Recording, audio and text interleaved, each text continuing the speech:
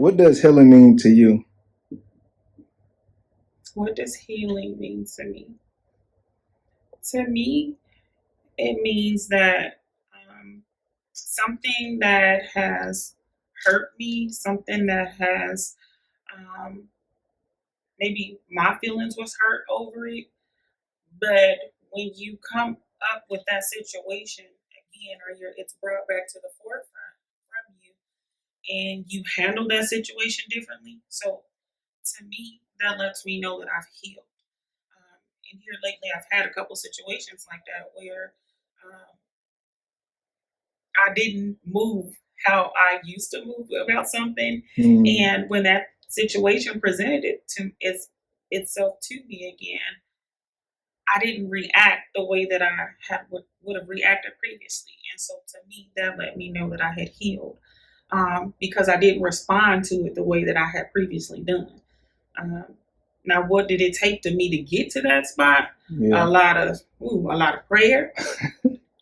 It took a lot of affirmations. It took a absolutely. lot of um, me looking within inside me because, again, not saying that her situation, according to which one it was, that that person was wrong, but maybe I was wrong. So even taking a look back at myself on how I would could have responded differently to the situation. So again, healing to me is looking at a situation that I used to respond to one way, but now when that situation presents itself to me, I handle it so much differently, and I know it's because of healing. How do you take care of yourself when life feels overwhelming? Self care, self love. I work out not as consistently as I would like to, as I need to.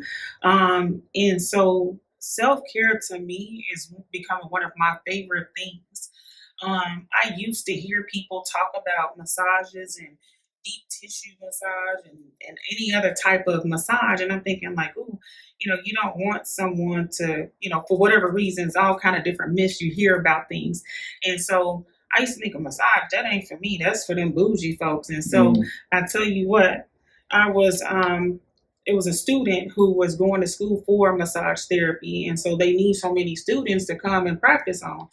And so I can remember one time being the the um, the guinea pig. And so I signed up and I go ahead on and let them. And they was like, well, these type of massages have been known to make people go to sleep. And I'm thinking, yeah, mm, okay, yeah, whatever. So I remember them wrapping me with saran wrap and putting some kind of mud. And so it was some type of special massage. And so I can remember just going in, being totally relaxed. And I think they said start at your feet and work your way up. And so I tell y'all, next thing you know, I'm on the table, which I'm a little nervous anyway because I'm a plus size girl. So you want me to get on this little table that don't even look like it's gonna hold me. But so I take the masseuse's word and I get on the table. When I tell you, I get on there and I felt myself snoring. And that's how good it felt to me. And I was just like, oh, no wonder the bougie people like it. I want to start to be bougie. I feel good. My limbs is untingly. mm. So sign me up for another one of these. So again, self-care has become one of my favorite things because if it's not me going to the gym for just that 45 minutes to put on my headphones and zone out, just doing what I enjoy doing, whether it's walking on the treadmill, whether it's jumping in my Kangoo boots, or it's me with my two left feet don't know how to do a boot dance. But whether it's dancing or moving, that's time that I put into myself. Whether it's meditating, whether it's writing in my journal, whether it's reading a chapter of a book, self care has become one of my favorite things. I like to travel, so even if it's just getting on the highway and traveling to Tennessee, 4 hour drive to Tennessee. So self care just means doing whatever you need to do for yourself to get you where you need to be. So to change that mindset, to change that feeling that you have in your gut, that feeling that you have in your heart, whatever it is that's on your mind that's heavy, self care is one of my favorite things to do for myself. It's beautiful right there. And I like how you said for yourself because a lot of people miss that, especially because of social media. Mhm. Um, So, what's a moment in your life when you felt completely unseen or unheard, and how did you overcome it? Mm. There will be, in my 46 years young, there has been several moments in my life where I felt like I was unseen or heard. Oftentimes, I'll go and sit, being with my career, I'll be in a boardroom and I'm at the table full of executives and nursing managers and leaders. And I'm thinking, why am I at this table? What is my place at this table? Mm. If I speak up and say something, what will it sound like when it comes out? Will I trip over my words? Um, and so there are times in my younger life when I was pregnant with my first child. I recall being in a group home with several other women who were expecting. And all I knew was I had a baby inside of me, that I was in this room with other women who were pregnant, and this was our place of living for years. Or it felt like years, but it was just months. But at so young and not knowing that this baby is in me, that it's got to come out, and that um, who sees me? Does anybody know that I got this baby inside of me? And so Mm. it's like, I'm here. What do I do? Who's going to help me? And so, does anybody even care that I'm in this place? And so, like I said, there's been so many times in my life where I felt unseen. Mm. But that's where self care comes into place, because, again, you have to know that you are loved, that you are seen, that you, all of these things that you are looking for, not say in somebody else, or you watch other people's journey, but you have to be secure in yourself and know that you are doing the very best with the 24 hours that you are given. And so, as I look back on some of those situations, those other women in the room, they loved me for who I was. They didn't judge me because I was 12 years old and expecting, because they had their own stuff that they had to be unpacked with the reason that we were living, in the conditions that we were living. Not that it was a bad thing, it was a group home. And so in a group home, there's other people that live in that home just like you do. Some are court ordered, some are mandated by court order, or some are there by choice. And so, again, being in a room, living in a room, in a dorm with these other women, again, sometimes when I first got there, I felt unseen because I couldn't relate to them. They looked different than me. And so, again, just reflecting back, that there will be times from the boardroom or to your earlier ages in life, you will feel unseen and unheard, but you have to love you for who you are, know what you bring to the table, and that you are enough. Mm. How did you get to the point to where, hmm, because as you was talking, I was thinking about just a random question. Mhm. How did you get to that point where you found self love? Like, who did you speak to? Who did you talk to? Who kind of taught you, or guided you to that self love? Um, we talk about the people that you have around you, the people that you're constantly, and I won't say constantly, but the people that are around you is important, because I had, again, the women that lived in that group home with me.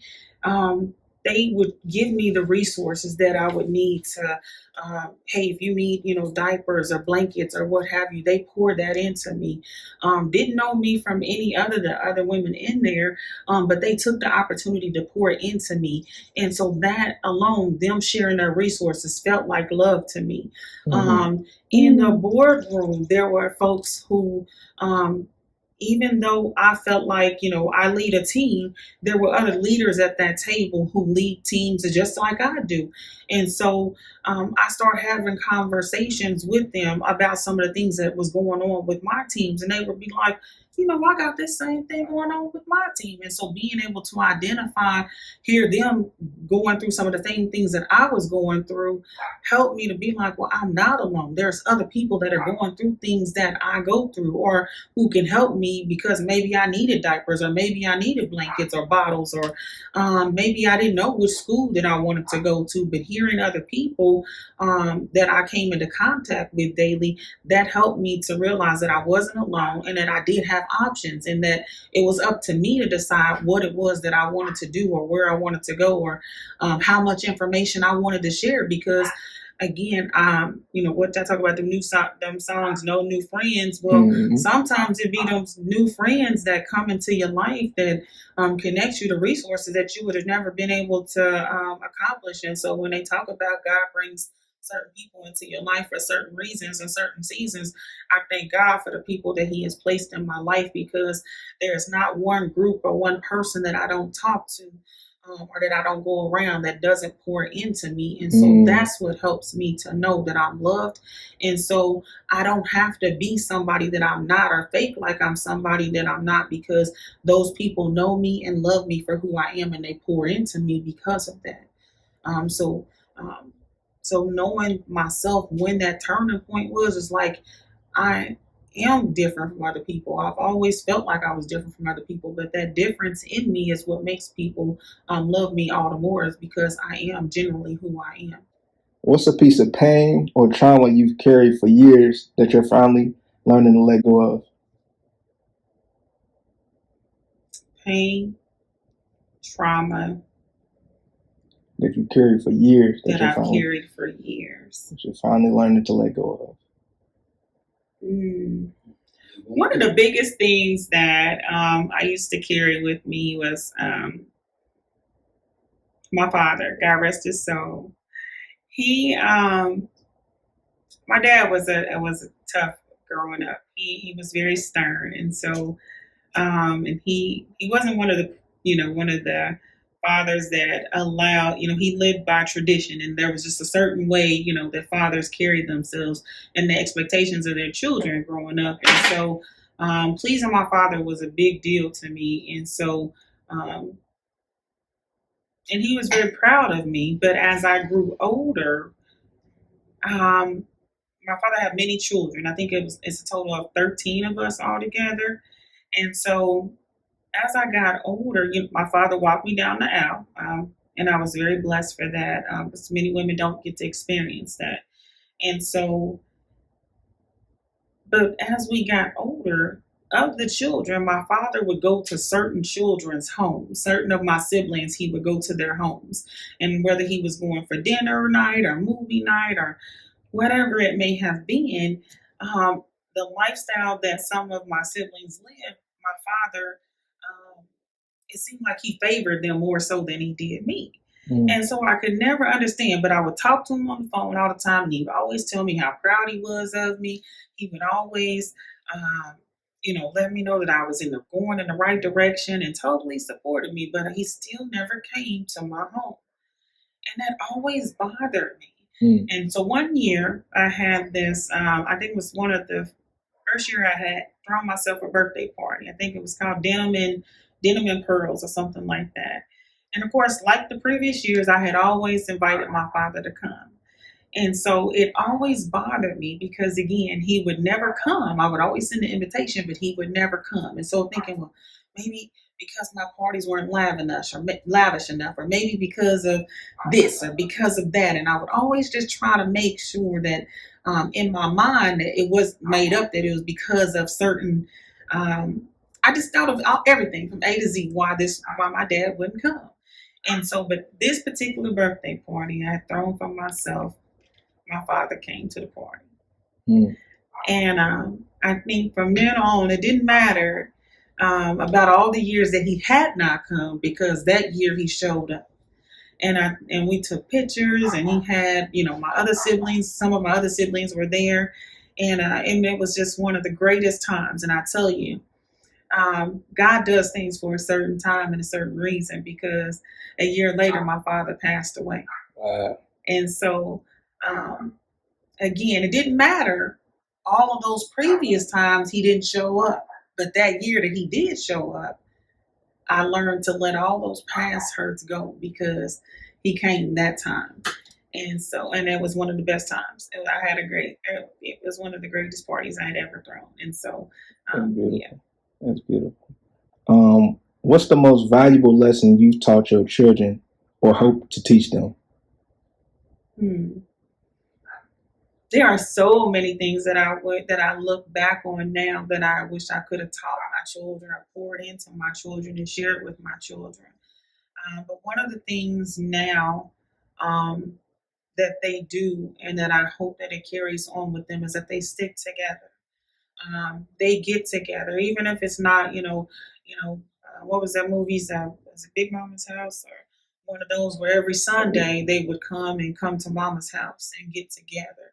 And now they get together, and Mama gets to go to their house and have dinner and or just hang out. And so that's one of the joys that I feel like, um, that I taught my children, being that they, I'm a mom of 7 children, and they're all grown. Everybody's over 25 years of age, so they grown, and so. But they get together, they stick together, they check in on each other, and so that's important to me, because again, even when I'm gone, I hope that they still check in and love on one another. Okay. I like that. That's beautiful. And last question: how did you balance taking care of yourself while being there for others? Ooh, how do I balance taking care of myself while being there for others? Earlier, I talked about, the village and the people that you have around you. And so I don't always want to be a taker. You know, how you go around your friends or you go around your family, and it's just you constantly take. Um, I don't want to be a taker, so I make sure that, I send those messages. Hey, how you doing? Or you have a wonderful week? Or or if I see that one of them are going through something, hey, I'm praying for you. Can I come over and be there for you? So, um, being there, making sure that I'm a giver as much as I am a taker, because the circle and the women and the people that I have around me, they constantly pour into me, and I consider that all a blessing. I can't tell you the number of groups that I'm a part of where it's just, hey sis, have a great day, or hey sis, I see you, keep going, or hey sis, you motivated me for X, Y, or Z. And so just as I'm doing that for them, I'm hoping that I'm pouring that back out, as they do it for me. And so, um, yeah. Okay. And, to end it off, is any advice you would give to any woman that's watching this, just on their healing journey, or just wanting to learn just more when it comes to their self? Any advice? Mhm. Last piece of words. I would say, if there was anything that I would recommend for a woman that's on a healing journey, keep going. Keep doing what works best for you. Don't compare your journey to any other person's journey, because that sister may have went to therapy. That sister may have um, done some type of other things or went another path. And so, just because that path, maybe you tried that path and that wasn't for you, that doesn't mean that your healing journey has stopped at that point. You just and healing. Is a continual thing, because we constantly need forgiveness. We constantly need to seek prayer and repentance, and just um, keep going, keep going, because again, the way that you heal and what works for you may not work for somebody else. So you got to keep doing what works for you.